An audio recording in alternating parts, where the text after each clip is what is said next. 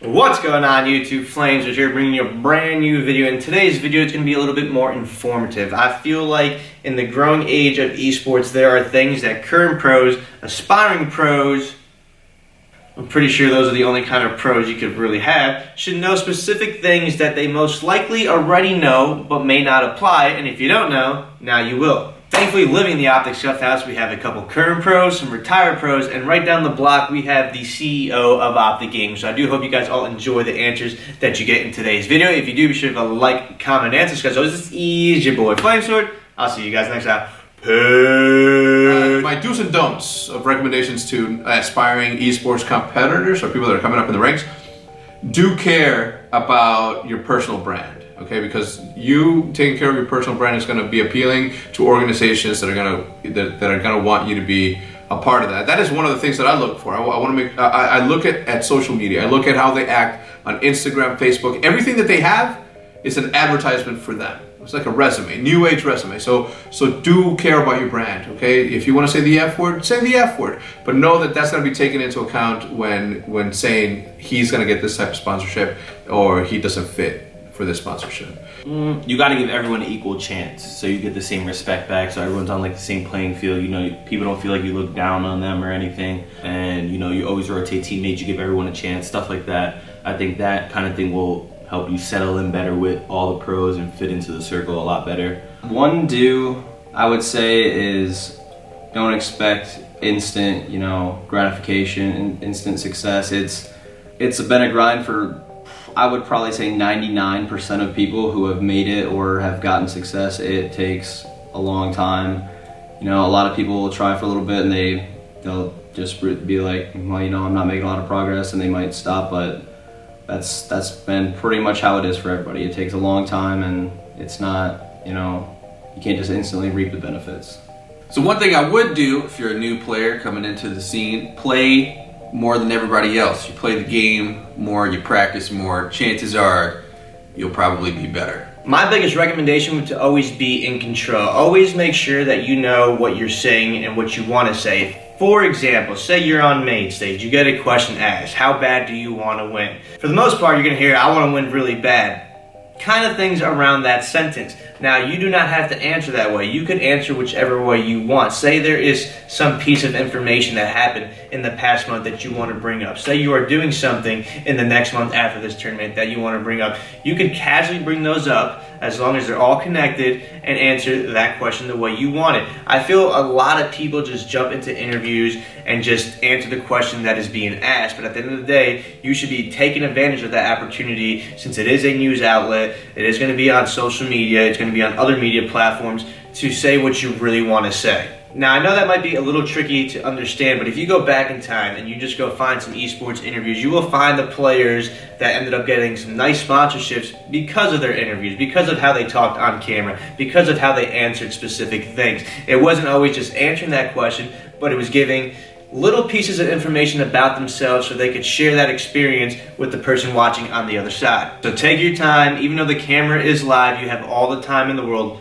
for the most part, to answer the way you want to answer. A lot of people don't do this, and it really blows my mind, but if you don't have the money to initially buy a computer, capture card, monitor, stuff like that, get a job first. And I mean, if your parents aren't willing to just flat out get it for you, but get a job and get that stuff and stream and record every single thing that you do, because I see a lot of pro players do it nowadays where they play all day, every single day, and there's money that they could possibly be making from people enjoying their content, but they just completely neglect it, and they don't stream, they don't do YouTube videos, they do nothing besides play the game. I just feel like if you do that stuff, the investment that you put in, you'll get out either that or more.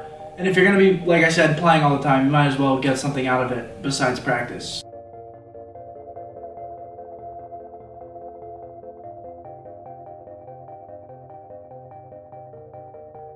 Don't focus too much on your failures, okay? Because the more you fail, the more you're gonna learn. Rambo once said, winning is teaching, losing is learning. Okay, so the more you fail, the more you learn. So don't focus too much on that, okay? If you lose, get over it immediately. Assess what happened, what went wrong, and then focus on how to improve that. Turn that into a positive. So don't focus on your failures as much. Don't over focus on your failures. Just go forth.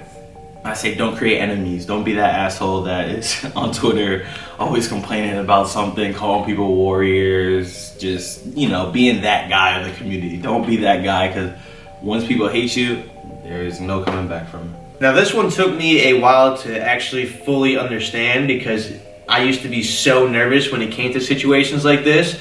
But in situations that you are dealing with, signing a contract, re-signing a contract, a sponsor is contacting you, don't be afraid to ask for what you want. Now, I know that sounds crazy, and you're like, what do you mean, Mike? For example, say salary, you see that they want to send you only $1,000, and you're like, you know what, I'm worth $20,000. Do not be afraid to tell them, hey, I want $20,000, because there's only two things that will most likely happen. You will either get a yes, and you'll be super excited that you're getting what you asked for, or two, a no, and then they will give you a counter offer, and then you could play around and try to get as close to your number as you asked. I'm telling you right now, always shoot over what you think you really are worth, because if they do say yes, you're like, holy shit, I only thought I was gonna get 20,000. If they say no, and then they say, you know what, how about we meet you in the middle of 40,000 and give you 20,000? You know what, realistically, that is what I wanted to get paid. That's what was in the back of my mind, and since you offered it, might as well. My biggest don't, probably, if you're trying to come up through the ranks in esports,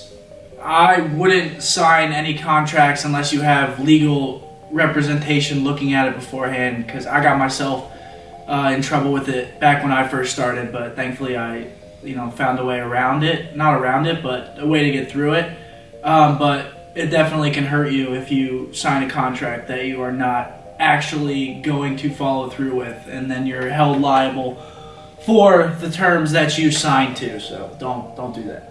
Look from a third person perspective and realize where you're at, and that might be ego, how you act, and giving respect to other people who might be, even like your skill level. Heck, you might be a little better than them, but you just need to know not to burn all your bridges right away, because I can think of just a few people off the top of my head, like from the Halo 3 days that I used to play with, where they were really good and they probably could have, had some success, but they burned all their bridges, and now I don't know what they're doing. I left a couple bridges, so that's how I'm here. My advice, looking back on my career specifically, I think there's a lot more don'ts, but at least for me, one don't would be, you'll look back when you're my age at like 25, dude, it's so weird to say, being 25, like talking like this, like back in fucking 7 years ago, I was winning a Halo National Championship, and looking back at it, I've tried to put more effort into Halo, like recently, and I still just don't have the skill like I used to. There's gonna come a time where you're not even gonna realize that you were in your prime, and you probably even still weren't doing as much as you possibly could. So just looking back at it, I would realize when you're in like this 18 to or 17 to 22 age range, to really realize this is the best you're gonna be, and to try to understand that and capitalize even more so on it by being humble. Because when I was that age, I was really good and everyone thought I was really good, but I was still there was still a cocky side to me. I was getting third, still getting pissed off, and just not respecting my teammates as far as practice. I don't know, there's just definitely a cockiness to me that held me back. And if I had the wisdom of what I have now to take it back then, I feel like I could have had a really good attitude towards all my teammates, and it would have even took me to that much more of a better level. So I would just say, realize what you have now, don't get cocky, stay humble, and Yeah, and it'll help you a lot more than what you think. And then my other don't is if you are at this young age, like 17 to like 22, and you're winning a lot of money, getting a lot of money, especially now, because there wasn't even streaming back then. But if you're making a lot of money off streaming, salaries, tournament winnings, talk to someone, find someone, look it up on the internet, Google it, of just investing your money. Just start saving your money, put away just get another account. And you probably hear this all the time from your parents or just someone that's older. And I know I ignored it, and even to this day, I still have a very hard time with it. But just put some money away, learn to invest it. I blew so much money so fast. I went from 18 having like too much money to being like 21 struggling hard. Or I was probably a little older than that. But yeah, learn how to handle your money. So one thing I'd probably shy away from is putting all your eggs in one basket. So yeah, you do got to play the game a lot, but I would also try to build some sort of presence so you'll have like a steady stream of income after gaming is ever. Because you never know when your game is going to be kicked off the pro circuit, or something happens and it doesn't fit with their idea of esports anymore. So maybe start a streaming channel, maybe start a YouTube channel or something. That way you have a plan B in case something goes wrong. So that's my do's and my don'ts.